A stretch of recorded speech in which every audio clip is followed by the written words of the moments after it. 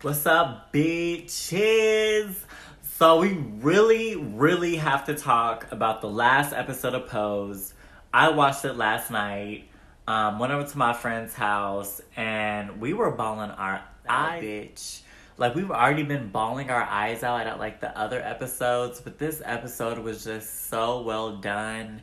And it was really relatable for me, and like I know I'm not like a lot of other trans folks at the same time, but girl, like I didn't expect to be feeling like that. I mean, like I knew that I was gonna be crying, but god damn, like they really did that with this last episode. So let's just really get into it. This episode is centered around Candy. Candy is like within the ballroom scene like everybody else, and whenever she's on there, she's always getting chopped like by like the judges and everybody like in the ballroom, and we've been seeing this since season one. And like what it really has like highlighted for me was just like what it's like for like a lot of trans people that are in the LGBT community that do not feel a part of it at all, because not only is she a trans woman, she's also like a dark skinned trans woman where like most of the cast is like more lighter skinned, you know? And seeing like the way that like they treat her, like even though she is painted to be like a villain character, she definitely was like a villain character throughout all of the first season. We did start to see that start to change with the last episode when she was helping Blanca. I ain't shit. Blanca. And so I was like really excited to like start seeing like her character dynamic switch from just being a villain but also being like a friend as well. But even though she's painted to be like a character, it's still a very real representation of like how a lot of trans people feel just about gay culture in general. And like shit is already bad as fuck now for trans women. This season is set in the 90s, so you already know shit is way worse, okay? And like it starts off with her arguing with Pray Tell, who's like a dark-skinned gay man. And he's like already been chopping her before, but he was like really going in this episode. And even she was just wondering like, why do you always have to go in on me like this? And I feel like that beginning scene just really, like I said, how trans women do feel like within like gay spaces of like still being excluded, like still not being included within it. And what I was just already thinking was like, damn, like I already relate with that, but just like on like the sense of her not being appreciated because she was so sticking up for herself. She wasn't like coming for Pray Tell like she normally does. She was like, you know what, like I still believe in me, and like that's all that matters. And he was like, yeah, whatever, like go do that like over there. And I even just like relate with that because in that situation she was the only one like being able to stick up for herself. Like nobody else was doing it, you know. And it's like I'm surrounded by all my gay brothers and sisters and trans sisters, and ain't none of y'all sticking up for me right now. That shit was pulling on my motherfucking heart, girl. And so she leaves the scene. I'm going to skip ahead like a little bit. So by the end of like the first 30-minute mark, we start to realize that like she's just like not showing up. Like we haven't seen her.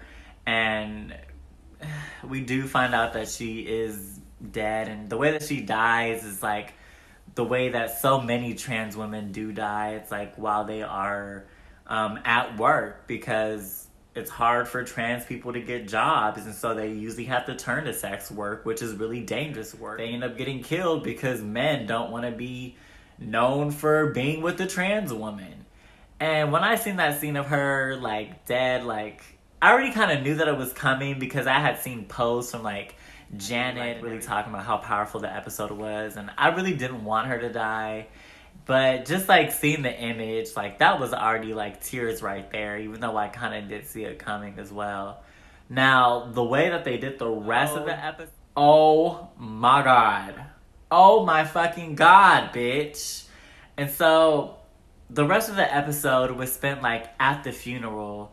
And so at the funeral, while everybody's reminiscing about her, like a manifestation of her, the actual actress of Candy, like she's speaking like with everybody individually. And first she's just speaking with Pray Tell because earlier, like their last interaction was like them like getting in like an argument and like about to fight. Like that was like the last time that they had spoken with each other, and they were kind of just making like very cute dialogue about like, man, like why couldn't you ever like give me a chance, pray tell? And what pray tell was like telling to her was that he realized that she was holding like a lot of what he didn't have, like in terms of like confidence and being who she is and her femininity and her just her ruthlessness and being unapologetically like herself like all the time. And I was really happy that they did include that, because that is like a big reason why like people like go after trans people, because it's hard as fuck like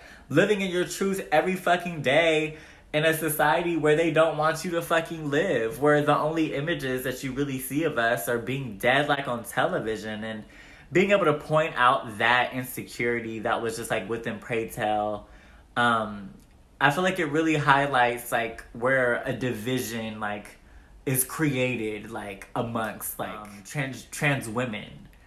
And that was beautiful. But like what really personally got me was like towards the end when her parents came. They were scared that we're not gonna show up because, you know, most like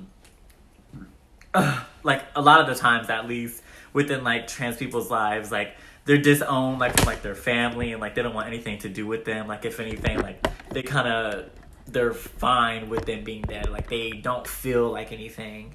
But what was really powerful was like the relationship between like the mom and the dad, because I know that there's usually like just like ideas surrounding like the mother always being more supportive of like the gay or like the trans person, and the father like not being in support. But within this story, we really see like how the father seemed to have like more like sympathy and like more heart just like in this situation. And it really like hurt me because like I'm not even speaking like with my mom anymore.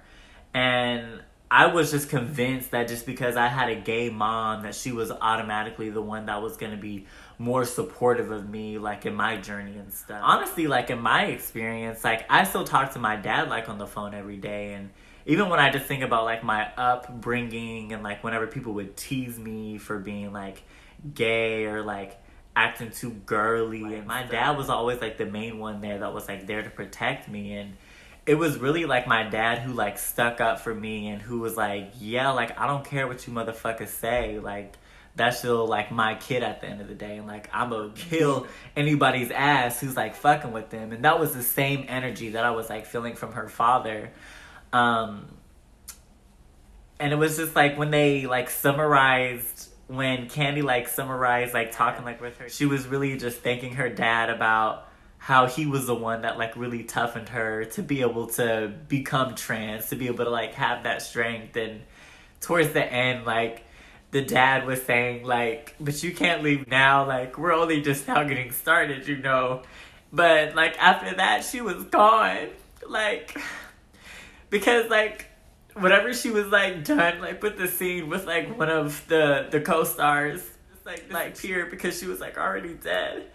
And I felt like just being able to see like the dad say like, but we're just getting started, I feel like that really just paid like more homage to just how we should be more loving of like trans people, because we really don't know like when they might be gone, you know. And it's like they have all this love for her now that she's gone, but they didn't spend like enough time like loving her like while she was still alive, you know. And being able to see like her dad like really be like the supportive one in that situation was just hella relatable. Bitch, I'm not even the person to be crying. Honestly, don't like crying because I don't like ruining my makeup. But like just thinking about like that scene, like I haven't even rewatched the episode since yesterday, but just like thinking about it's like it already has me like hella emotional and shit.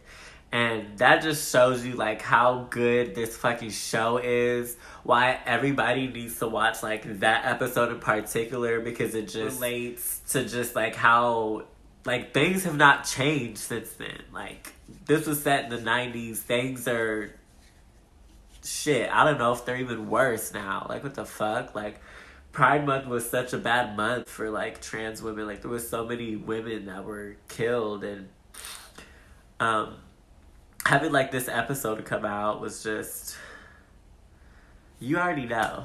Like, I don't think I have to explain myself. Clearly see how I feel. Go watch the episode.